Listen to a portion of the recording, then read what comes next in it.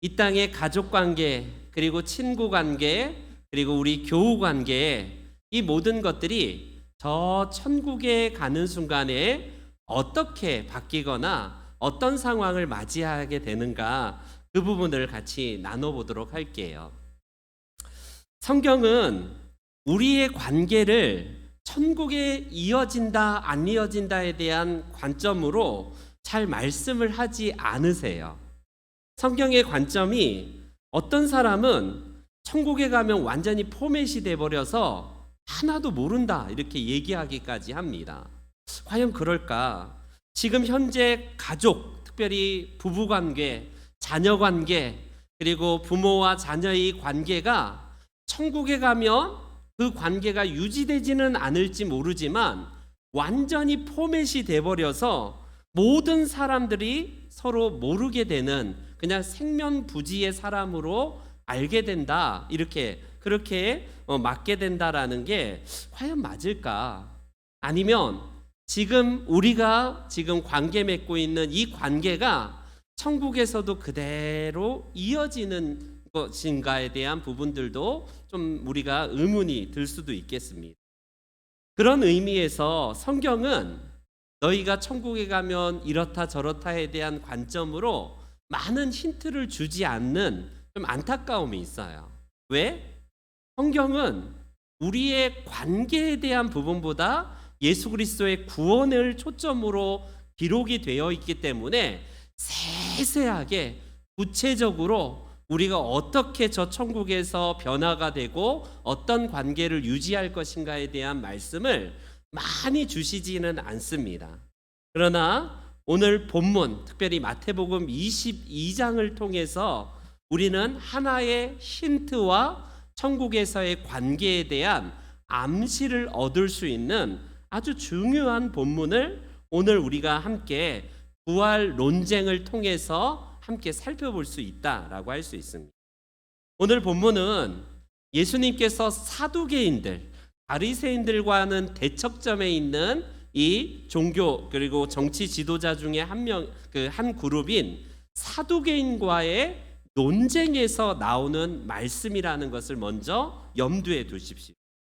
사두개인들이 부활이 없다라는 현실주의자이기 때문에, 왜냐하면 구약에 뚜렷하게 부활에 대한 이야기가 없기 때문에 사두개인들은요 부활이 없다라는 전제하에서 예수님을 공박하는 그런 내용이 오늘 본문에 나옵니다. 그걸 비웃기라도 하듯이 하나의 예를 드는데, 우리가 잘 아는 이스라엘의 우리가 잘 아는 그 계대 결혼법이라는 아주 독특한 제도가 있어요. 예를 들어서 어떤 남자와 여자가 결혼을 했는데 남자가 자식이 없이 먼저 죽는 경우에는 그 남자의 씨를 이어줄 수 있는 그런 방안을 하나님께서 율법을 통해서 제정하신 게 바로 계대법입니다. 그래서 그 동생이 형수와 결혼을 해서 자녀를 낳게 되기도 하고요. 이런 법들이요 구약에서 나타난 이런 그 계대 결혼법이에요.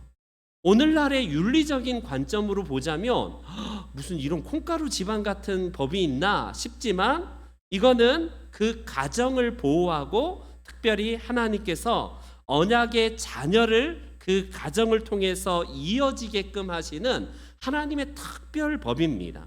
그렇기 때문에 현재의 시각으로 계대 결혼법에 대한 부분들을 막 이상한 법으로 우리가 치부하면 안 됩니다. 어찌되었건 이 사두개인들이 부활이 없다라는 것을 논증하기 위해서 하나의 예를 드는데, 어떤 사람이 결혼을 했는데 자녀가 없이 죽고, 그 다음에 또 다른 형제가 결혼했고 형수와 결혼해서 7 형제가 결혼을 했다면, 그러면 천국에서는 도대체 누구의 아내가 될 수 있느냐라고 현실적인 물음을 예수님에게 물어봅니다. 여러분, 그런 질문 할 수 있지 않겠습니까? 예수님을 어려움에 빠뜨리기 위해서 꼬투리를 잡기 위한 것이긴 하지만 실제적으로도 우리가 의문이 갈 수가 있을 것 같아요. 아니, 저 천국에서 이 7명의 형제와 결혼한 그 여자는 천국에서 도대체 누구와 결혼의 이 관계를 유지할 수 있는 것인가? 이게 그 당시의 의문이자 오늘 우리에게도 의문일 수 있어요. 그래서 예수님은 그 사두개인의 이 질문에 답을 하시는 장면이 오늘 본문의 말씀이라는 사실입니다. 그래서 오늘 본문에서는 결론적으로 너희가 성경도 모르고 하나님의 권능도 모른다라고 하시면서 우리 30절 말씀 한번 읽어볼게요. 30절 다 같이 함께 읽습니다. 시작.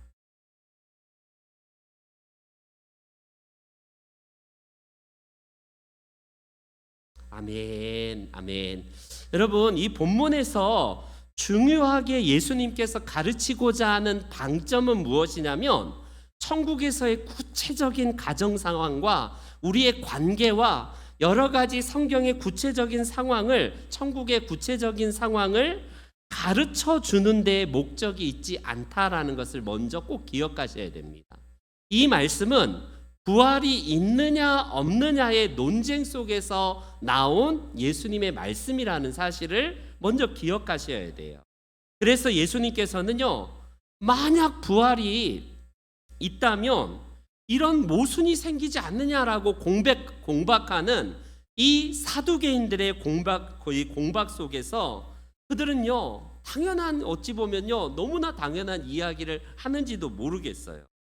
만약에 이게 율법과 상충되고 결과적으로 윤리적으로도 천국에서 결혼 관계가 유지될 터인데, 그렇다면 누구의 아내가 될 것이냐? 이거는 결국 율법과는 상충되기 때문에 부활이 없다라는 것을 그들이 극적으로 드러내기 위해서 예수님에게 이 예를 든 것이라고 할 수 있습니다. 그들의 이 아주 간사한 계교를 예수님은 파악하시고 나서 뭐라고 말씀하시는지요? 우리가 살아가는 현재의 가족 관계, 그리고 우리 부모와 자녀의 관계, 친구와 친구의 관계, 지인의 관계, 또 교회 안에서는 우리가 함께 교우의 관계가 저 하나님 나라에서의 상황과는 완전히 다른 상황이 전개된다, 이런 말씀을 예수님께서 하십니다. 그래서 천국에서는 결혼을 또 유지하는, 결혼의 유지가 이어지는 그런 것들이 전혀 없이 천국에 가는 순간 누구나 다 하늘에 있는 천사와 같아진다라는 예수님의 힌트가 여기에 담겨져 있습니다.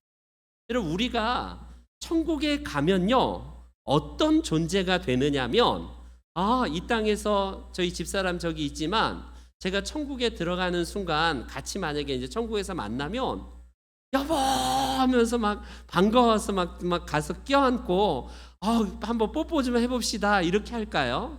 그런 게 전혀 없어진대요. 놀랍게도 우리가 천국에 가는 순간에는 이 땅에서의 친구 관계, 부부 관계, 자녀와 부모 관계, 모든 관계가 이 땅에서의 다른 상황이 펼쳐지는데 우리의 존재 자체가 천사의 존재 자체처럼 우리가 완전히 변화된다라고 예수님은 말씀을 하고 계시는 거예요. 그렇다면 이 말씀이 꼭 우리가 천사와 같이 된다고 하니까 마치 천사의 어떤 군대의 계급에 어떤 하나의 편승이 되거나 거기에 들어가는 것인가? 그런 말씀도 아니에요. 이 땅에 있는 모든 관계에 대한 부분들이 저 하나님 나라에 가서 유지가 되는 것이 아니다라는 그런 또 하나의 말씀이라고 할 수 있습니다.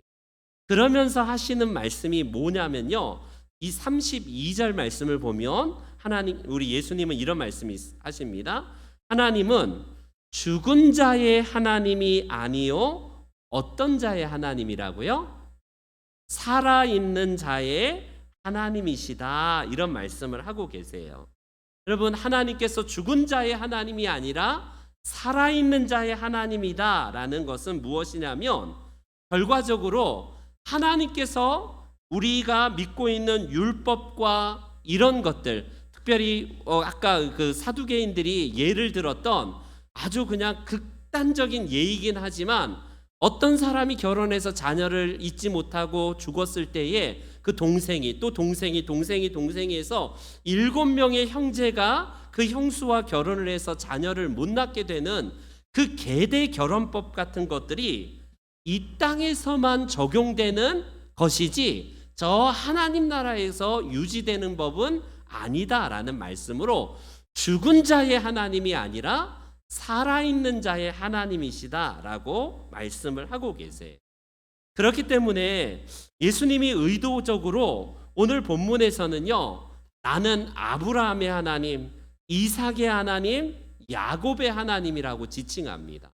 너희들은 고작 예를 든 게 그녀가 7명의 형제와 결혼을 해서 그러면 죽었다면 저 천국에서 누구의 아내가 될 것이냐, 그거 가지고 너희들이 그렇게 문제를 삼지만 하나님은 죽은 자의 하나님이 아니라 지금도 하나님 앞에서 우리 하나님은 아브라함과 이삭과 야곱의 하나님으로 믿음의 계승이 대대로 이어지는 살아계신 하나님이시다라는 사실, 너희들은 단순하게 그 형제 중에 누가 가문을 일으켜서 자녀를 낳는가 그 부분만 관심을 갖고 또 죽으면 아무도 이 자녀를 못 낳아서 저 천국에 가면 누구의 아내가 될 것이냐, 그거에 대한 관심을 갖고 있지만 하나님은 살아계시는 하나님으로서 믿음의 가문을 세우려는 하나님의 놀라우신 약속의 말씀으로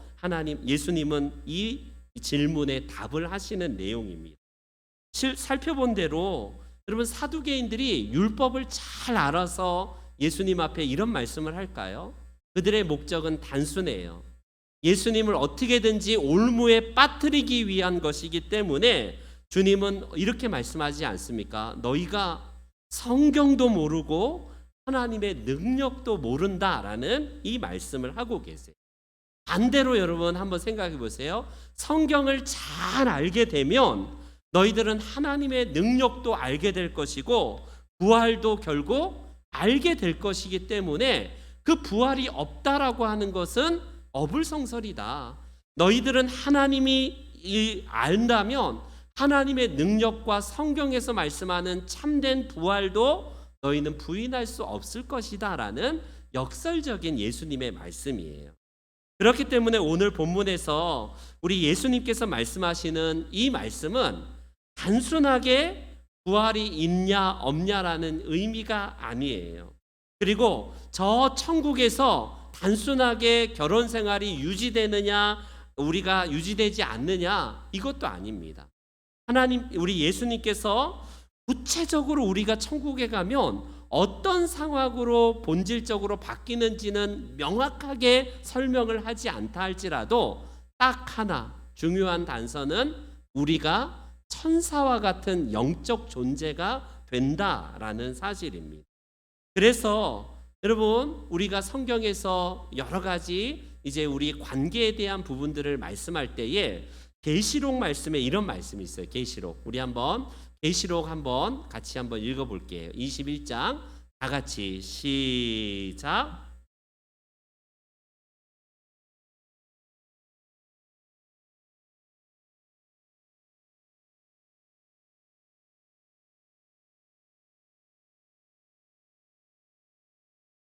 사두개인의 논쟁 속에서 결국에는 결혼 제도가 유지되느냐 이거의 관점이지만 아니다라는 예수님의 말씀처럼 부활하면 우리가 완전히 천사와 같은 존재가 된다라는 것인데, 저 한번 예수님의 말씀 요한계시록의 말씀을 보세요. 우리가 이 땅에 사는 동안 부정적인 감정들이 저 안에 많이 담겨져 있습니다. 눈물, 사망, 애통, 복하는 것, 아픈 것, 이런 모든 것들은요 결과적으로 이 땅에서의 유한한 삶 속에서 우리가 겪는 심적인 고통과 아픔을 표현하는 것들이, 그런데 새하늘과 새 땅인 저 하나님 나라에서 부활체의 몸을 입은 우리는 이 땅에서 죄성을 입고 살아갈 때에 겪는 고통 속의 결과물들, 아까 말했던 고통들, 상처와 아픔들, 눈물들, 통곡 이런 경험들을요, 하나님 나라에서는 결코 우리가 있을 수도 없고 그 땅에는 전혀 그런 것과는 상관없는 나라다라는 말씀을 하고 계세요. 흔히 천국을 우리가 보통 어떻게 생각하냐면 완전히 그 행복의 유토피아, 파라다이스로만 생각하는 경향이 있습니다. 아니에요. 모든 슬픔과 고통과 눈물과 애통과 상처와 이 땅에 있는 모든 부정적인 것들이 이제는 저 하나님 나라에서 완전히 끊어지는 것이기 때문에 표면적으로 우리가 이해하듯이 그냥 지복의 장소, 그냥 완전한 행복의 장소로만 볼 것이 아니라 그 땅에서는요, 결국 구원을 받은 하나님의 백성이 어떤 삶으로 이어지는가에 대한 부분들을 우리가 더 명확하게 봐야 됩니다. 우리 몇 주 전에 살펴보았듯이 우리는 구원의 3단계가 있다라고 같이 살펴보았어요. 구원. 첫 번째 구원은 과거에 우리가 예수님을 만난 그때 나는 죄인인데 예수님을 통해서 내가 모든 나의 죄가 형벌이 완전히 사해진 칭의의 구원을 경험했습니다. 나는 죄에 대한 부분들을 나는 내 스스로가 해결한 적이 없는데 예수님께서 내게 오셔서 나의 모든 죄의 형벌들을 완전히 다 사해 주시고 너는 이제 의인이야 라고 우리 예수님께서 구원하신 그 사건, 그게 바로 칭의의 사건이라고 말씀을 드렸습니다. 근데 그건 과거이지만 현재적인 구원은 또 무엇으로 나타나냐면 성화의 과정이 나타난다라고 말씀을 드렸어요. 성화는 우리가 죄에 대한 부분들을 그 형벌을 받지는 않지만 그 죄의 권세에서 늘 우리가 눌려 있기 때문에 죄와의 현재적인 싸움에서 날마다 승리하고 자유로워지기 위해서 부단히 우리가 일생 동안 헌신하면서 하나님의 말씀대로 싸우려고 하는 현재적인 영적인 이 투쟁, 영적인 싸움을 의미하는 것에서 성화의 과정이 반드시 필요하다라고 말씀을 드렸습니다. 그리고 마지막 구원의 이제 3번째 단계인 하나님 나라에 가면 영화의 단계, 완전한 죄 자체는 무관하고 더 이상 죄의 영향은 그 땅에서 없는 단계를 의미합니다. 그런 의미에서 아까 말씀드렸던 요한계시록에서 말씀드렸던 모든 사망과 곡하는 것과 모든 더러운 것과 모든 악한 것들은 그 땅에 알지도 못하고 그 죄가 뭔지에 대한 부분들을 전혀 우리가 알 수 없는 나라가 바로 하나님 나라이자 천국이에요. 그래서 하나님이 실제적으로 통치하시는 그 땅이기 때문에 이 땅에서의 결점, 이 땅에서의 한계, 이 땅에서의 죄의 결과가 같이 상존할 수 없는 나라가 저 하나님 나라다라는 사실입니다. 그래서 천국에서는 슬픔과 눈물과 부정적인 감정과 죽음 이런 것들이 원죄로 인해서 파생된 결과물은 이 땅에서의 우리가 필연적으로 겪게 되는 고통이지만 하나님 나라에서는 그 모든 것들이 완전히 우리의 의식 자체에서 존재도 없이 죄에 대한 이 모든 것에서 자유로운, 그래서 죄 자체가 완전히 없는 자유로운 나라가 바로 하나님의 나라입니다. 그렇다면 이 대목에서 다시 우리가 처음 질문으로 다시 돌아갈게요. 그러면 이 땅에서의 우리가 결혼제도나 친구관계나 인간관계를 맺고 있는 것이 저 천국에 가면 다 깨지고 없어지고 리셋이 되고 포맷이 돼버려서 그 땅에서는 천사처럼 그냥 서로 남남처럼 처음 만난 사람처럼 만나게 될 것인가? 그것 또한 예수님의 의미가 아니라는 사실을 꼭 기억하십시오. 이 대목에서 우리가 하나의 힌트를 발견할 수 있는 예수님의 말씀이 어떤 말씀이냐면 누가복음에 나오는 우리가 잘 아는 부자와 나사로의 이야기를 한번 들어보십시오. 부자와 나사로의 이야기에서 보면 여러분 그걸 비유라고 많이 이야기를 하는데 비유가 아닙니다. 예수님은 비유를 들어 말씀하시되 비유가 항상 전후 문맥 가운데에 어떤 암시를 줘요. 예를 들어서 이 비유는 흔히 주변에 있었던 이야기들을 가지고 와서 예수님께서 이해하기 쉬운 도구로 하나님의 말씀을 증거하기 위해서 드는 예를 우리가 보통 비유라고 합니다.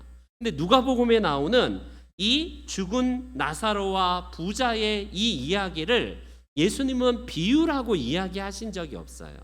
아마 그 시대의 동시대에 나사로라는 한 거지와 그리고 그 지역에 굉장히 거부였던 그 부자가 죽는 사건을 예수님께서 목도하시고 이야기했던 듯 싶어요. 그 말씀에서 여러분 분명히 의도하는 건 뭐냐면 아무리 죽은 자가 다시 살아나서 가더라도 복음을 영접하지 않는다면 결국에는 그들은 구원받지 못할 것이다라는 게 이게 핵심 증거이지만 여러분 그 대목에서 예수님이 몇 가지 말씀을 하시는 것 중에 누가복음 우리 오늘 말씀 한번 띄워봐 주세요. 누가복음 저기 16장 25절부터 28절까지 말씀이 있거든요. 한번 같이 읽어보겠습니다. 시작. 아브라함이 이르되 예 너는 살아있을 때에 좋은 것을 받았고 나사로는 고난을 받았으니 이것을 기억하라. 이제 그는 여기서 위로를 받고 너는 괴로움을 받느니라. 그뿐 아니라 너희와 우리 사이에 큰 구덩이가 놓여 있어 여기서 너희에게 건너가고자 하되 갈 수가 없고 거기서 우리에게 건너올 수도 없게 하였느니라. 이르되 그러면 아버지여 구하노니 나사로를 내 아버지의 집에 보내소서. 내 형제 5이 있으니 그들에게 증언하게 하여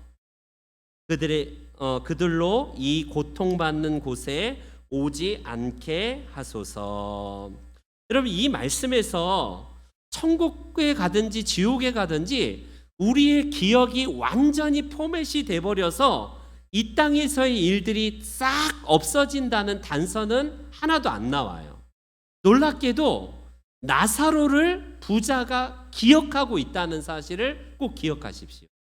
우리는 많은 경우에 천국에 가면 영적인 천사의 존재가 된다라는 예수님의 말씀을 붙들지만 그렇다 손치더라도 이 땅에서 같이 신명중앙교회에서 성도 간의 교제를 하면서 같이 함께 성도 간의 삶을 나누었던 것들을 싹 포맷이 돼버려서 잃어버리는가? 그렇지 않대요. 분명히 부자는 나사로를 여전히 지옥 가서도 뭐라고 하냐면 지 종인 줄 알아요. 지 종인 줄 알면서 이 땅에서는 자기가 고관대작으로서 이래라 저래라 한 그 위치였지만 지금 나사로가 천국에서 그리고 부자는 지옥에서 저 나사로를 시켜서 종놈을 시켜서 저놈을 시켜서 갔다 와게 해주세요. 여전히 부리는 종으로 생각한다는 거예요. 그건 뭘 의미할까요? 나사로가 여전히 이 부자는 기억하고 있다는 사실을 기억하십시오. 그리고 예수님은 이 말씀 속에서 계속 너는 거기서 뭐라고 해요? 너는 거기서 여기서 위로를 받고 너는 거기서 괴로움을 받았다. 너는 살아있을 때 좋은 것을 받았고 네 나사로는 고난을 받았다라고 하면서 계속 기억을 상기시켜주는 말씀을 하시는 것을 보게 됩니다. 그래서 결론적으로 이제 결론을 맺자면 천국에 가든지 지옥에 가든지 우리의 기억은 완전히 포맷이 돼버린다라는 이 영원 멸절설자들이 있어요. 예를 들어서 우리 신학계에서도 굉장히 천국에 가거나 지옥에 가거나 영혼은 멸절하기 때문에 기억이 다 사라진다라고 포맷이 돼버린다라고 하는 신학자들이 있습니다. 우리 잔 스토트를 비롯해서 굉장히 좋은 분이시긴 하지만 그분이 영혼 멸절설을 외치시는 대표적인 신학자예요. 돌아가셨잖아요. 몇 년 전에. 존 스토트라는 굉장히 복음적인 학자이지만 그분은 영혼 멸절설을 외치는 분입니다. 그러나 예수님은 분명히 기억이 존재한대요. 이 땅에서 죽은 이후에 저 사후에서 지옥이 됐든지 천국이 됐든지 우리가 이 땅의 삶에서 어떤 것을 살았는지를 우리 주님께서는 기억한다라고 말씀하십니다. 그래서 너는 거기 있을 때에 좋은 것을 받았고 저 나사로는 그곳에서 어땠어요? 고난을 받은 것을 기억하라 라고 말씀하지 않습니까? 그렇기 때문에 우리는요, 모든 것이 다 포맷이 돼버리고 다 우리의 기억이 망각된다는 이 주장에는 동의할 수 없어요. 그리고 반대로 이 땅의 결혼 제도가 저 사두개인처럼 비아냥거리면서 저 천국에 가면 누구 아내가 될 것이냐, 이런 논리도 설 자리가 없다는 겁니다. 저와 여러분들이 이 땅에서는 목회자와 성도의 관계로 만나지만 저 영원한 하나님 나라에서는요, 천사와 같은 존재로서 우리가 서로 함께 그 기억으로 함께 나눌 수 있는 나라가 하나님의 나라입니다. 물론 그 하나님 나라에 가서 왜 나한테 그때 그랬어? 전혀 천국은 부정적인 생각이나 부정적인 죄의 영향력들이 전혀 없는 나라라는 것을 꼭 기억하십시오. 아까 요한계시록의 말씀, 다시는 사망이 없고 다시는 죽음이 없고, 그러니까 곧 죄의 영향력으로 남아있는 이 땅에 있는 모든 그 감정들과 슬픔들, 그 모든 것들이 천국에서는 하나도 없다라는 사실이에요.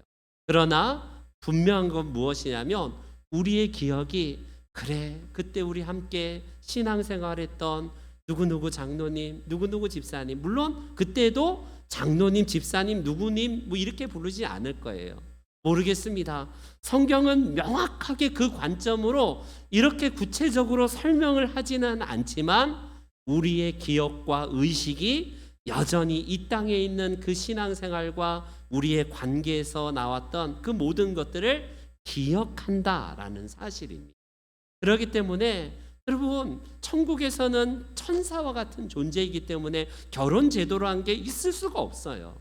그 땅에서도 이 땅에서처럼 내가 이 땅에서 우리 아내정과 부부간의 관계를 맺었기 때문에 저 천국에서 또 신혼방을 차려갖고 부부관계를 누리거나 이런 나라가 아닐 겁니다. 그러나 분명한 것은 회장님 하면서 그 나라에서 어떤 우리 기억에 대한 부분들을 서로 공유하고 나눌 수 있는 나라가 하나님의 나라라는 사실입니다. 우리는요, 더 이상 이 땅의 한계인, 우리가 사람이 죽으면 그 동생이 형수와 함께 결혼하여서 아이를 낳는 이 땅의 어떤 죄의 이 영향력으로 말미암아 필히 한계로 인하여서 메워지는 그런 것들이 땅에는 전혀 있을 수가 없고요.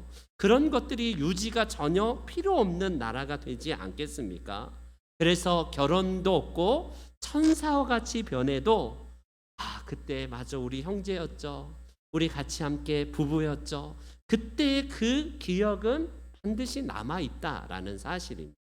그러나 명확하게 이곳에 대한 부분들은 성경에서 세세하게 우리들에게 명확하게 지침을 남겨두지 않았어요. 왜?